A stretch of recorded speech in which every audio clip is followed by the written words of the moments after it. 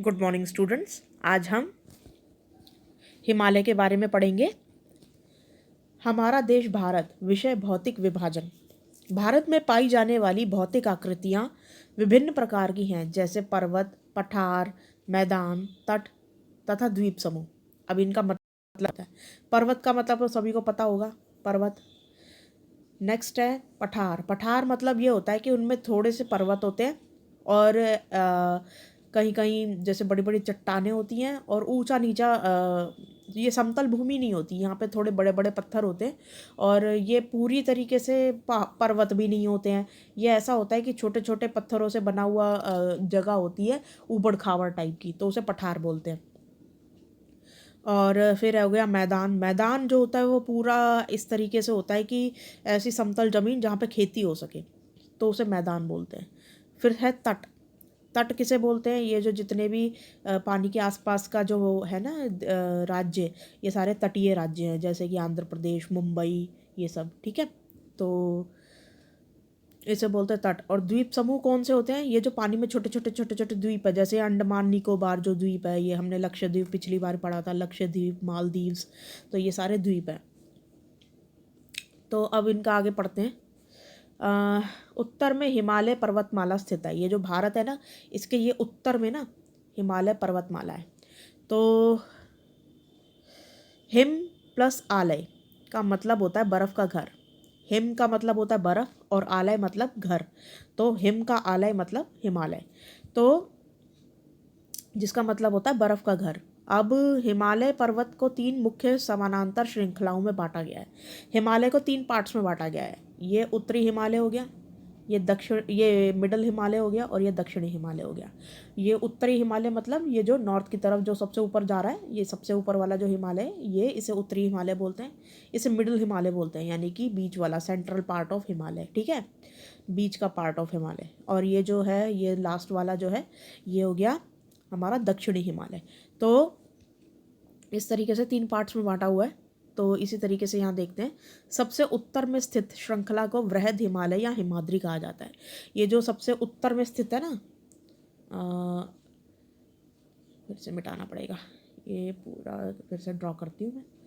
ये जो सबसे उत्तर में स्थित है, हम इसकी इस वाले पार्ट की बात कर रहे हैं। तो ये जो सबसे उत्तर वाला जो है, इसको बोलते हैं हिमालय या हिमाद्री। इसे वृहद हिमालय या हिमाद्री कहते हैं, ये जो सबसे उत्तर में स्थित है।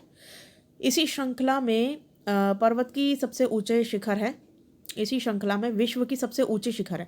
अब इसी श्रृंखला के अंदर जो है ना, हमारा एवरेस्ट की चोटी भी आती है, ये इस पूरे उसमें। ठीक है, हमारी एवरेस्ट की चोटी जो है वो भी यही आती है। अब नेक्स्ट है फिर है मध्य हिमालय या हिमाचल, हिमाद्री के दक्षिण में स्थित है। अब ये जो ये हमने फर्स्ट वाला, तो ये पूरा उत्तरी हिमालय, जैसे हिमाद्री भी कहा जाता है, बृहद हिमालय हिमाद्री भी कहा जाता है, इसको तो हमने पहले ही ड्रॉ कर रखा है। अब ये जो होता है ना, ये मिडल पार्ट ऑफ हिमालय, ये इसकी बात हो रही है। अब इससे नीचे ये जो मिडल पार्ट है, इस वाले हिमालय की बात हो रही है। ये जो पार्ट है ना,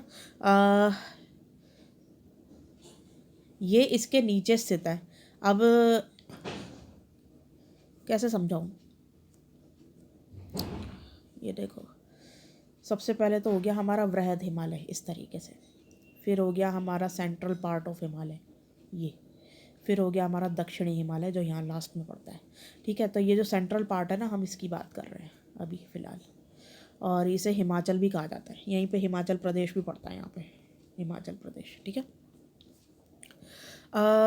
हिमाद्री के दक्षिण में स्थित है। अच्छा, अब ये जो सबसे नीचे वाला पार्ट है ना हिमालय का, ये तो हो गया फर्स्ट पार्ट, ये हो गया सेकंड पार्ट।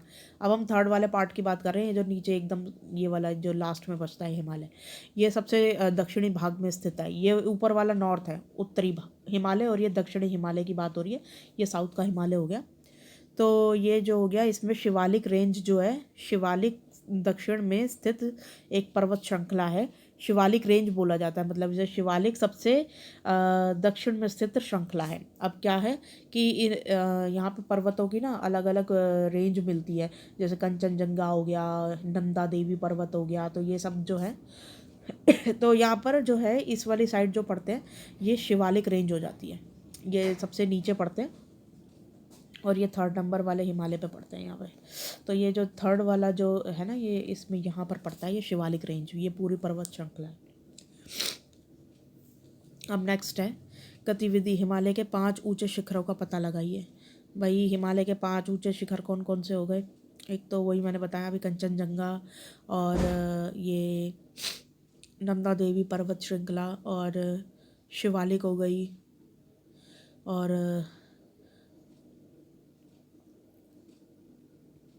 बाकी अभी देखेंगे आगे। अच्छा अब नेक्स्ट है, यहाँ पर हो गया हिमालय के दक्षिण में भारत का उत्तरी, अब याद नहीं आ रहा ना वो, ये जो पर्वत है ये याद नहीं आ रहे मुझे। अच्छा, तो हिमालय के दक्षिण में भारत का उत्तरी मैदान स्थित है। अब हिमालय के दक्षिण में भारत का उत्तरी मैदान स्थित है। अब ये जो हिमालय है ना, ये तो हिमालय तो ऊपर ऊपर कवर हो गया यहाँ तक, ठीक है। अब यहाँ पे जितना भी ये पार्ट है जहाँ पर मैदान है, जहाँ पर खेती होती है, तो ये जो है ये उत्तर के मैदान है। ये यहाँ इससे ऊपर ऊपर, ये तो बीच में तो मध्य प्रदेश आ जाता है, ये सेंट्रल पार्ट हो जाता है इंडिया का। तो यहाँ पर इससे ऊपर ऊपर जितने भी राज्य है ना, ये सारे यहाँ पर जहाँ पे खेती होती है वो उत्तरी, ये हिमालय के नीचे है। तो मतलब यहाँ पर ये जो मैदान है ये उनकी बात हो रही है। तो अब इसमें कौन कौन से मैदान आएंगे? ये मैदान समतल और सपाट होते हैं, यहाँ पे खेती हो सकती है, कुल मिला के ये समतल होते हैं, चलने फिरने में उबड़ खाबड़ नहीं होते। ये मैदान सिंधु गंगा, ये मैदान जो होते हैं ये सिंधु गंगा ब्रह्मपुत्र तथा इनकी सहायक नदियों के द्वारा लाए गए जलोढ़ निक्षेपों से बने होते हैं। अब ये जो यहाँ पर जो गंगा नदी निकलती है वो यहाँ से होती हुई इस तरीके से बे ऑफ बंगाल में मतलब गिरती है।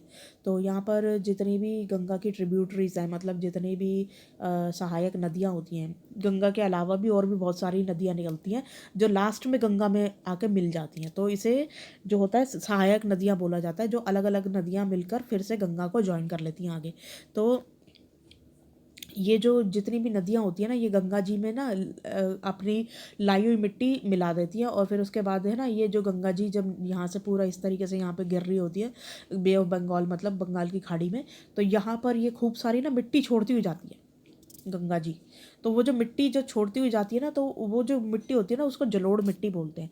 और ये मतलब यहाँ ऊपर से पहाड़ी मिट्टी को लेके नीचे एकदम आती हैं। तो ये जो मिट्टी जब छोड़ती हुई जाती है ना मैदानों में, तो ये मिट्टी जो होती है ना, इसके अंदर खेती बहुत अच्छी होती है, और ये बहुत उपजाऊ खेती होती है। मतलब खेती के लिए सबसे उपजाऊ जो मिट्टी होती है ये जलोढ़ मिट्टी होती है। तो नदियों के ये मैदान कृषि के लिए बहुत उपजाऊ भूमि प्रदान करते हैं।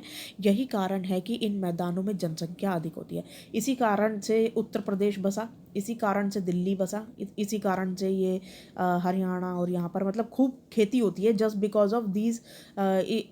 ये जो सिंधु नदी यहाँ से बह रही है, इसीलिए पंजाब में 5 जो नदियाँ बहती हैं, तो उसके हिसाब से यहाँ पे पंजाब नाम पड़ा था। पंज आब मतलब 5 आब मतलब नदियाँ, तो पंजाब इसीलिए नाम पड़ा है। और बाकी जो है मतलब हरियाणा वगैरह ये जितने भी उत्तरी राज्य हैं ना, यहाँ पे खेती सबसे ज़्यादा इसीलिए होती है क्योंकि यहाँ पे जलोढ़ मिट्टी मिलती है, ठीक है, नदियों की लाई हुई। अब यहाँ पर सेकंड गतिविधि है भारत के उत्तरी मैदान में स्थित राज्यों के नाम बताइए। तो भारत के उत्तर में कौन कौन से राज्य स्थित हैं? तो पिछली बार हमने देखा था जैसे कि पंजाब हो गया, हरियाणा हो गया, और उत्तर प्रदेश हो गया, हिमाचल हो गया, और हिमाचल होती तो है लेकिन पहाड़ी खेती होती है वहाँ पे, और उत्तराखंड हो गया, है तो वो पर्वती, लेकिन यहाँ पे तो मैदान पूछा हुआ है ना, तो मैदान में तो उत्तराखंड और हिमाचल प्रदेश तो आएगा ही नहीं। तो यहाँ पर एक तो ये कौन कौन हो गया, हरियाणा हो गया, उत्तर प्रदेश हो गया, बिहार हो जाएगा, और कौन सा हो जाएगा, हरियाणा, बिहार, पंजाब, उत्तर प्रदेश, और एक आध कोई नाम याद आ रहा हो तो लिख लेना भाई। अच्छा, नेक्स्ट है जलोढ़ निक्षेप। यह नदियों के द्वारा लाई गई बहुत महीन मिट्टी होती है तथा नदी बेसिन से निक्षेपित कर दी जाती है। अब वही बात है कि मतलब ये जो नदी द्वारा लाई गई ये बहुत ही अच्छी मिट्टी होती है और बहुत ही महीन होती है, मतलब बहुत ही ज़्यादा जैसे कहते हैं ना बारीक मिट्टी होती है। और ये नदी के बेसिन मतलब जैसी नदी मुड़ रही होती है या इधर उधर मतलब आगे तक जा रही होती है तो ये मतलब रास्ते में ऐसे छोड़ती हुई जाती है मिट्टी को। तो सहायक नदी एक नदी से या सरिता से जो मुख्य नदी में किसी भी तरफ से आकर मिलती है उसे अपने जल का मुख्य नदी में विसर्जित कर देती है। तो वही बात है कि एक नदी यहाँ से मतलब मान लो ये गंगा जी निकल रही हैं, अब यहाँ पे कोई नदी आके मिल गई, फिर यहाँ से नदी आके मिल गई, फिर यहाँ से नदी आके मिल गई, तो ये जो मिल रही है ना ये मिक्स हो रही है, तो ये सारे गंगा का ही रूप लेती आ रही हैं। तो मतलब ये सहायक नदियाँ हो गई है, जो छोटी छोटी नदियाँ मिल रही है ना एक साथ गंगा नदी में, तो वो सहायक नदियाँ होके मिलके गंगा जी बनकर आगे बह गई। नेक्स्ट है अब फर्स्ट क्वेश्चन देखते हैं आप। तो भाई ये फर्स्ट क्वेश्चन ये है कि हिमालय का सबसे दक्षिणी भाग कैसा होता है, कौन सा है? तो हिमालय का सबसे दक्षिणी भाग कौन सा है? तो यहाँ पे अभी हमने पढ़ा था ये शिवालिक सबसे दक्षिणी भाग में स्थित श्रृंखला है। तो हिमालय के सबसे दक्षिणी भाग में अभी हमने पढ़ा था कि शिवालिक रेंज है, तो उसके बारे में ही लिखना है यहाँ पे। शिवालिक दक्षिणी भाग में स्थित हिमालय के सबसे दक्षिणी भाग है। तो यहाँ पर हिमालय का सबसे दक्षिणी भाग कौन सा है? तो वो है शिवालिक। आप चाहे तो ये इतना भी लिख सकते हो, चाहे तो ये पूरी लाइन भी लिख सकते हो, आपकी मर्जी है। नेक्स्ट है क्वेश्चन नंबर 2। भारत के उत्तरी मैदान का निर्माण मुख्यतः किन दो नदियों से हुआ है? भारत के जो उत्तरी मैदान हैं उनका निर्माण किन दो नदियों से हुआ है भाई? तो वो है एक तो सिंधु, गंगा, ब्रह्मपुत्र। ये तीनों में से कोई भी लिख लो, दो नाम लिखना है तो आप तीनों भी लिख सकते हो और दो भी लिख सकते हो, जो लिखना है लिख लो। सिंधु नदी जो है और गंगा नदी जो है वो भी है, और साथ में ब्रह्मपुत्र जो है, ब्रह्मपुत्र यहाँ बहती है भाई, ये बाहर से होती है, सांगपो रिवर जो है वो यहाँ से फिर हमारे आसाम में गिरती है और फिर वो ब्रह्मपुत्र नदी इस तरीके से यहाँ से होती हुई मतलब ब्रह्मपुत्र की इस तरीके से बनती है वो। गंगा रिवर यहाँ से पैदा होती है गंगोत्री से, तो वो फिर ऐसे घूमती हुई फिर यहाँ से आती है, ठीक है। और ये जो सिंधु रिवर है इसके लिए थोड़ा ऊपर जाना पड़ेगा भाई। सिंधु रिवर अब वही पंजाब जाना पड़ेगा। तो ये खूब सारी नदियाँ हैं ना, ये चेनाब और ये सब पांच पांच नदियाँ मिलके तो है ना ये सिंधु रिवर बनाती हैं। ये मतलब सिंधु रिवर का कुछ भाग तो इंडिया से बहता है और फिर बाकी सारा पाकिस्तान में चला जाता है। तो अब नेक्स्ट है, तो ये तीनों में से भाई कोई सा भी नाम लिख लेना, सिंधु गंगा ब्रह्मपुत्र, कोई दो नाम लिखने हैं तो यहाँ पे लिख देना, तीनों ही लिख देना मेरे मानो तो, मतलब सिंधु गंगा ब्रह्मपुत्र तीनों ही लिख देना। चलो तीसरा क्वेश्चन है, भारत के उत्तरी मैदान में अधिक जनसंख्या होने के क्या कारण है? तो भारत के उत्तरी मैदान में अधिक जनसंख्या होने के क्या कारण है भाई? यहाँ पर बताया था ना कि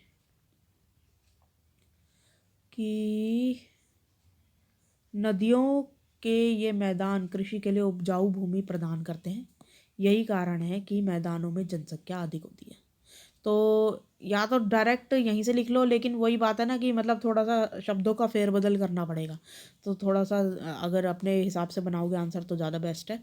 कि भारत के उत्तरी मैदानों में जनसंख्या इसलिए होती है क्योंकि वहाँ पर नदियों की लाई हुई जलोढ़ मिट्टी मिलती है, जिससे कि खेती आसानी से हो जाती है। तो खेती के लिए उपजाऊ भूमि मिल जाती है जलोढ़ मिट्टी के कारण, तो इसीलिए वहाँ पर ज़्यादा जनसंख्या बसी हुई है, क्योंकि जितनी ज़्यादा खेती होगी उतनी ज़्यादा आमदनी होगी।